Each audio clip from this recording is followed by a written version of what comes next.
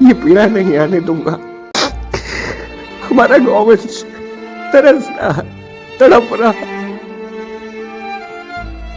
क्या दोष कर दिया है इन्होंने?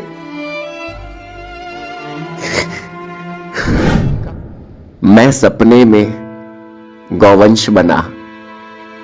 एक बार जब तेज बारिश रुकी, बारिश रुकने के बाद भटकता हुआ यह सोचा कि इस ओर जाऊं कि उस ओर। इधर देखा तो कीचड़, उधर देखा तो कीड़े मकोड़े, इधर पाया मच्छर, उधर पाया मक्खी। फिर मन में विचार आया कि शायद उस दुकान के नीचे बैठकर मुझे राहत मिल जाए। वहां जैसे ही बैठने गया, उस दुकानदार ने जोरदार का डंडा मारा और मेरी कमर में दर्द चालू हो गया। उस दर्द से कराहते हुए वहां से निकला। फिर दूसरे स्थान में आस में किसी घर के सामने जाकर बैठा, किंतु वहां पर भी किसी को अपनी चौपहिया खड़ी करनी थी, गोबर से गंदा ना हो करके। उन्होंने भी पानी डालकर भगा दिया। अंततः एक ऐसा स्थान मिला मुझे जहां ना मच्छर, ना मक्खी, ना कीड़े, ना मकोड़े। उस स्थान पर जाकर मैं बैठ गया और बैठने के बाद सुकून, आनंद, आते जाते लोगों को निहारते एक आशा से देखता रहा कि कोई तो मुझे भोजन करा दो, कोई तो मेरी मदद कर दो। किंतु एक चालक ने तो अपनी दया दिखाई और तीव्र गति में आकर मुझे चोट लगाई। चोट से मेरा पैर जरूर टूटा, किंतु उसके बाद 4 लोग उठाकर मुझे एक जगह ले गए जहां पर कम से कम उनके मन में मुझे भोजन कराने का विचार तो आया, किंतु वहां पर भी पड़े पड़े पड़े पड़े अब मैं खड़े ना हो पाया। तरसता रहा, तड़पता रहा, गुहार लगाता रहा, पर कोई ना आया। अंततः मच्छर मक्खी का भंडार, कीड़े लगे हुए, शरीर की पीड़ा सोचकर प्रभु से ये मनाता रहा कि प्रभु प्रभु अगले जन्म में मुझे मनुष्य बनाना, क्योंकि अगर आपने मुझे मनुष्य बनाया तो मैं ना मेरे जैसे को ना ये पीड़ा नहीं आने दूंगा, ये पीड़ा नहीं आने दूंगा।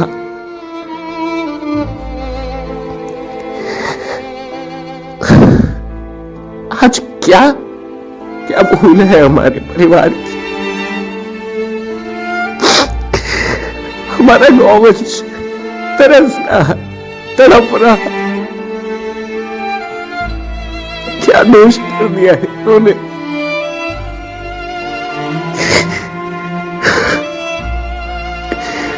आज ये जो समाधान हम सभी के समक्ष है, या तो हम सोते रह जाएंगे ऐसे ही अपने परिवार के होते रह जाएंगे, या तो आवाज उठाएंगे। आखिर कब तक स्वयं को झूठी तसल्ली देते रहे?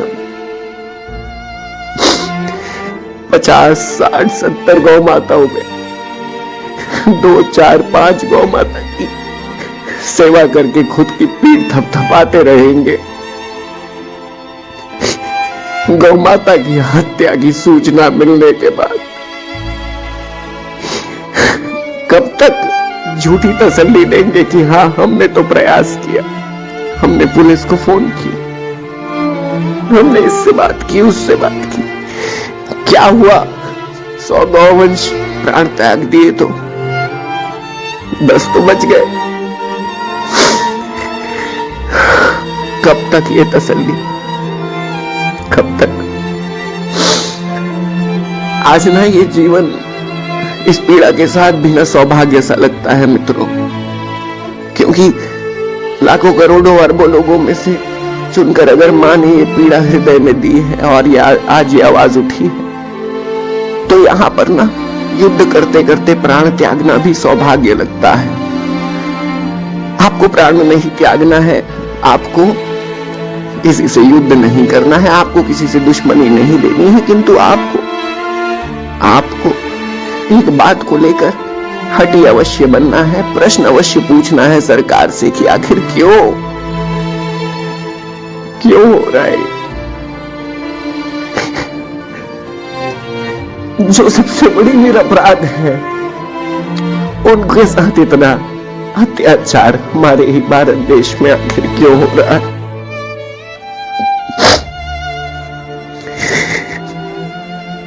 केवल ना आपको एक पत्र भेजना है मुख्यमंत्री जी को, उनसे निवेदन करना है, विनती करना है कि आप ही का दायित्व है, आप ही का दायित्व है। इस पर अपनी भावना व्यक्त करनी है, जैसे आज खुलकर मैं कर रहा हूं आप सभी के समक्ष। भावना व्यक्त करके केवल इतना कहना है कि मैंने पीड़ा देखी है, आपने अपने जीवन में आज तक अपने आसपास गौ पीड़ा देखी ही होगी, भले ही आप नजरअंदाज करके निकल गए होंगे। उस गौ पीड़ा का वर्णन करें उस वीडियो में, मुख्यमंत्री जी को समझाएं, बताएं कि ये ना होने दे। सरकार के पास पर्याप्त सभी संसाधन है, धन है, बस उस पीड़ा को समझने की आवश्यकता है। उस पीड़ा को समझाना पड़ेगा। ये हम सभी का अधिकार है और हमारा दायित्व भी है, हमारी आत्मा का दायित्व, क्योंकि केवल अपने परिवार के लिए जीना यह जीवन नहीं है। क्या उनके हत्यारों से हम इतना नहीं कह सकते? हाँ, सरकार हत्यारी है क्योंकि सरकार रोक नहीं रही है। अगर हमारे घर में कोई समस्या होती है, हम तो अपने पिताजी को कहते हैं ना। विद्यालय में समस्या होती है तो हम अपने प्राचार्य से कहते हैं। वैसे ही हमारे प्रदेश के प्राचार्य हमारे मुख्यमंत्री हैं और देश के प्राचार्य प्रधानमंत्री हैं। उन तक इस बात को पहुंचाना है। एक ऐसा युद्ध लड़ना होगा जो किसी समाज का ना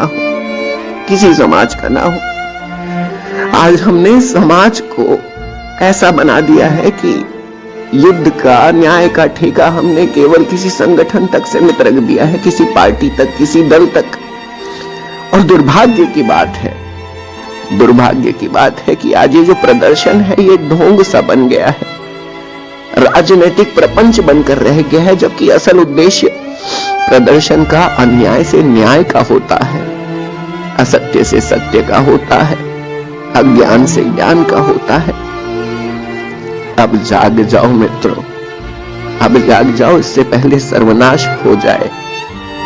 प्रभु कहते हैं हर निरपराध में मैं हूं, गौवंश से बड़ा निरपराध, शुद्ध, दैविक, करुणामय संपूर्ण सृष्टि में अगर कोई प्राप्त हो तो सूचित करें मित्रों, सूचित करें।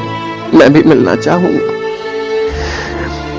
इनसे बड़ा ईश्वर कहां खोज रहे हैं हम? इनसे पवित्र आत्मा कहां पाएंगे हम?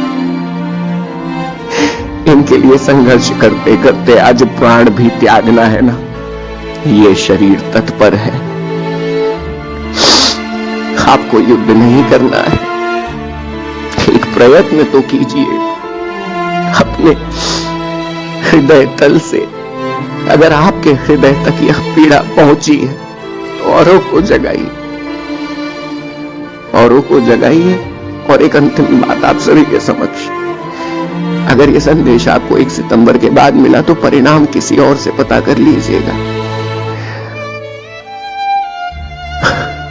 अगर 1 सितंबर तक गौ माता राज्य माता घोषित छत्तीसगढ़ प्रदेश में नहीं होती है तो अंतिम श्वास तक केवल और केवल युद्ध किया जाएगा। मां को यूं कटता देख करना, अपनी श्वास लेने पर भी प्रश्न उठता है कि ये परिस्थिति है मेरे परिवार की और मैं सुख से जी रहा हूं।